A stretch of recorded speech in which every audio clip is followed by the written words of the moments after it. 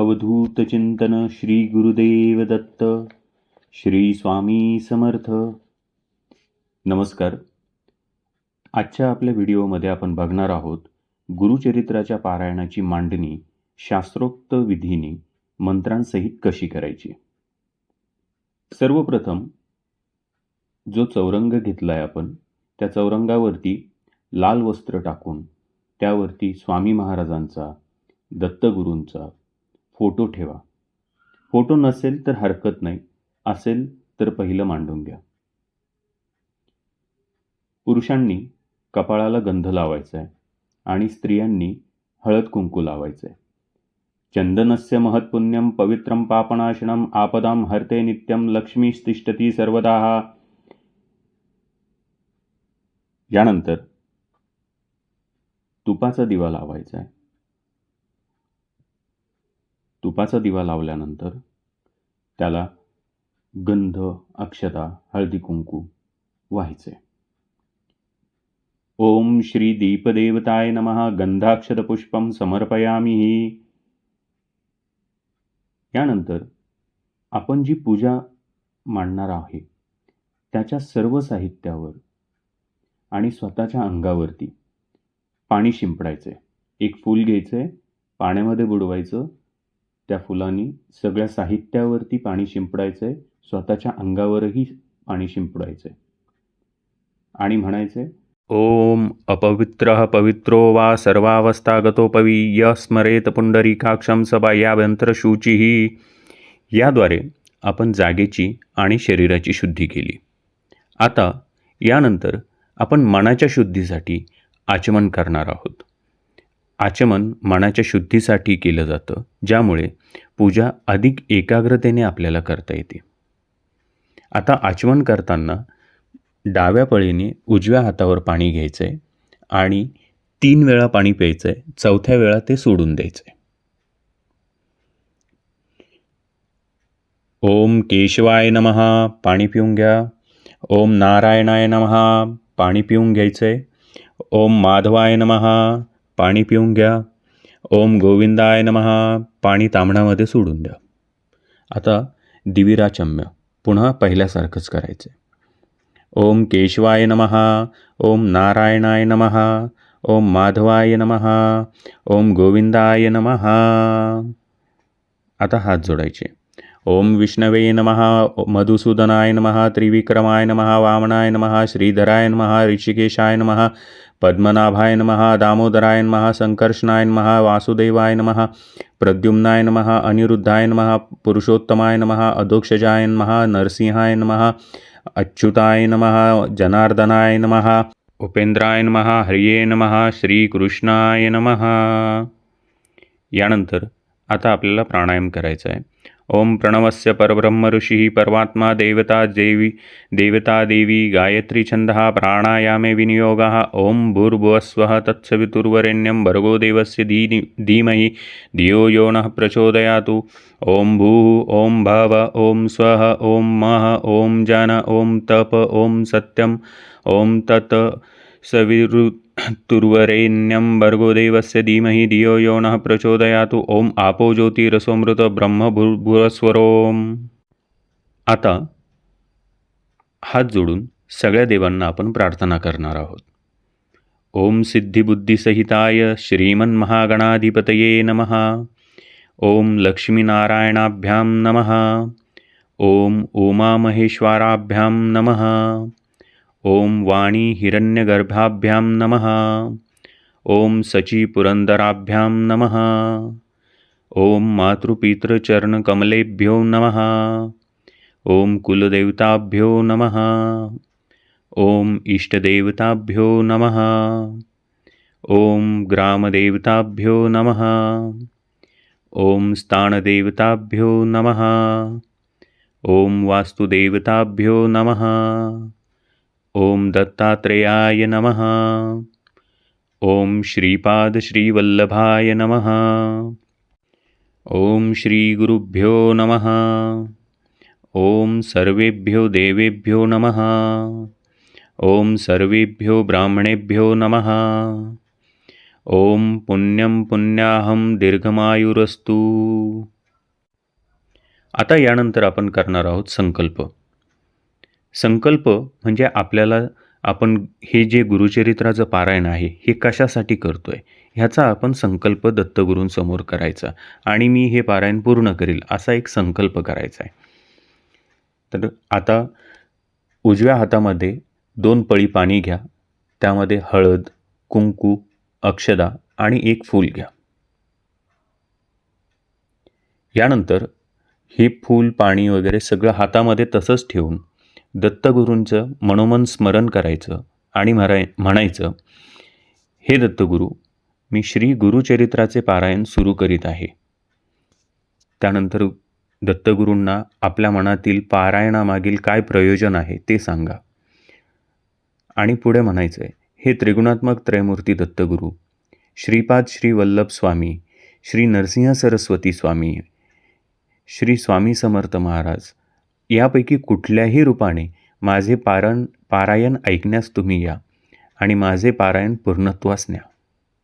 यानंतर हातामध्ये सगळं तसंच ठेवून माझ्या मागे म्हणायचं आहे, मम आत्मनः श्रुती स्मृती पुराणोक्त शास्त्रोक्त वेदोक्त पुण्यफल प्राप्त्यर्थम अस्माकं सकुटुंबानां सपरिवाराणां क्षेम स्थैर्य स्थितिः आयुः आरोग्य ऐश्वर्य अभिवृद्ध्यर्थम धन धान्यादि स्थिरकीर्ती लक्ष्मीलाभम शत्रुपराजय सद्भीष्ट सिद्धये आदि व्याधी जरामृत्यू भयशोक रोग दुःख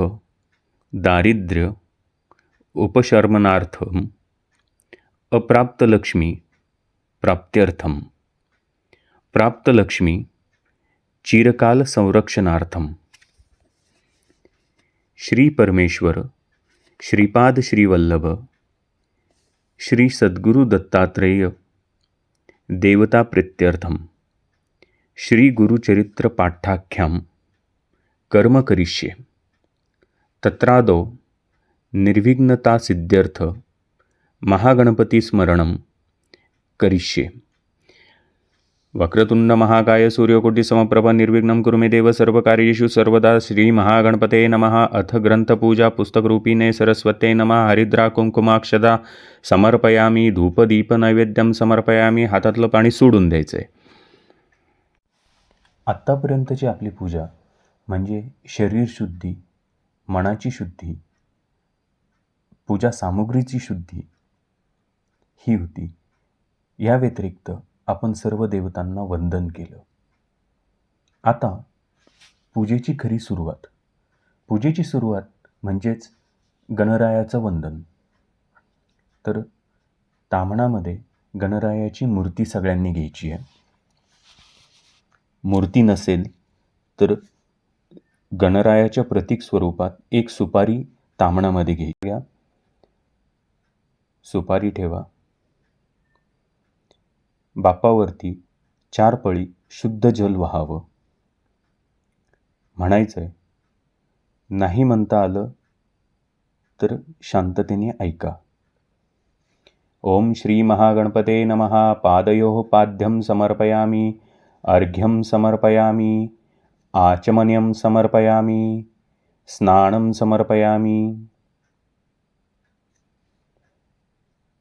याद्वारे आपण गणपती बाप्पाचे पाय धुतले, हात धुतले आणि त्यांना स्नान घातलं. आता गणपती बाप्पावरती 1 पळी पंचामृत व्हायचे. ओम श्री महागणपते नमः. पंचामृत स्नानं समर्पयामि. यानंतर गणपती बाप्पांवरती शुद्ध जल व्हायचंय. पंचामृत स्नानानंतरेण शुद्धोदक स्नानं समर्पयामि. आता गणपती बाप्पाला पुसून चौरंगावरती उजव्या हाताला फोटोजवळ थोड्या अक्षता ठेवा आणि त्यावरती गणपती बाप्पांना विराजमान करायचे. यानंतर गणपती बाप्पांना 2 कापसाची वस्त्र व्हावी. ओम श्री महागणपते नमः. वस्त्रोपवस्त्रे समर्पयामी. यानंतर बाप्पांना गंध, अक्षता हे लावा. ओम श्री महागणपते नमः. गंधाक्षतपुष्पं समर्पयामी. आता बाप्पांची पूजा पूर्ण झाली. त्यांना गूळ खोबरं, साखर किंवा इतर कुठलाही गोड पदार्थ जो तुम्ही घेतला असेल त्याचा नैवेद्य दाखवायचा आहे. ओम श्री महागणपते नमः. नैवेद्यम समर्पयामी. गणपती बाप्पाची स्थापना केल्यानंतर आता आपण कलश पूजन करणार आहोत. शुद्ध जलानं भरलेला तांब्या घ्यावा. त्यामध्ये हळद, कुंकू, अक्षता, सुपारी आणि 1 नाणं टाकायचं आहे. 5 विड्याची पानं लावून त्यावर नारळ ठेवायचा आहे. कलशावर कुंकवाने 5 उभ्या रेषा खालून वरच्या दिशेने काढायच्या आहेत. यानंतर कलशावर व नारळावर कुंकवाने स्वस्तिक काढायचे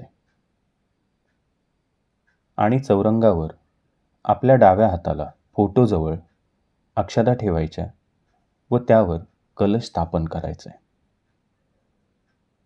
यानंतर कलशाला व नारळाला गंध, अक्षता, हळद कुंकू, फुलं अर्पण करायची आहे. कलशस्य मुखे विष्णुः, कंठे रुद्रसमाश्रितः, मूलतत्र अस्थितो ब्रह्मा, मध्ये मातृगणः स्मृतः, कुक्षो तु सागरः, सर्वे सप्तद्वीपा वसुन्धरा, ऋग्वेदोऽथ यजुर्वेद, सामवेदो अथर्वणः, अङ्गेश्च संहिताः, सर्वे कलशन्तु समाश्रिताः, अत्र गायत्री सावित्री शान्तिः पुष्टिकरी तथा, आयान्तु देवपूजार्थ दुरितक्षयकारका, गंगे च यमुने चैव गोदावरी सरस्वती, नर्मदे सिन्धु कावेरी जलेऽस्मिन् सन्निधं कुरुम. श्रीवरुणाय नमः. कलशदेवताभ्यो नमो नमः. सर्वोपचारार्थे गंधाक्षतपुष्पामि समर्पयामी.